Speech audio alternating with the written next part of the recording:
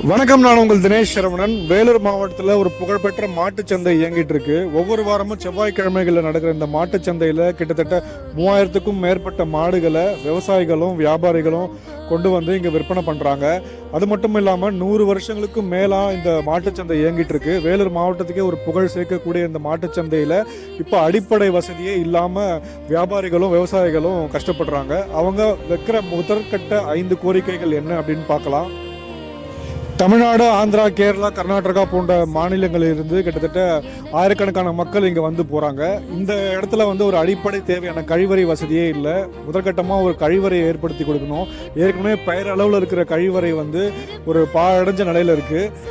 அடுத்ததாக வந்து தண்ணீர் வசதியை ஏற்படுத்தி கொடுக்கணும்னு சொல்லி கேட்குறாங்க. மூன்றாவதாக வந்து இங்கே ஒரு சிமெண்ட் தரையை ஏற்படுத்தி கொடுத்தா நல்லாயிருக்கும். மழை காலங்களில் மாடுகளும் விவசாயிகளும் சேரும் சகதியில் நின்று வியாபாரம் பண்ணுற மாதிரி இருக்குன்னு சொல்கிறாங்க. நான்காவதாக இங்கே வந்து ஒரு மேற்கூரையை அமைச்சு கொடுக்கணும்னு சொல்லி சொல்கிறாங்க. ஐந்தாவதாக ஒரு செவ்வாய்க்கிழமையில் மட்டும் இந்த சர்வீஸ் சாலையை பிளாக் பண்ணி வியாபாரிகள் மட்டும் உள்ளே வந்து போகிற மாதிரி வசதி ஏற்படுத்தி கொடுக்கணும்னு சொல்லி கேட்குறாங்க.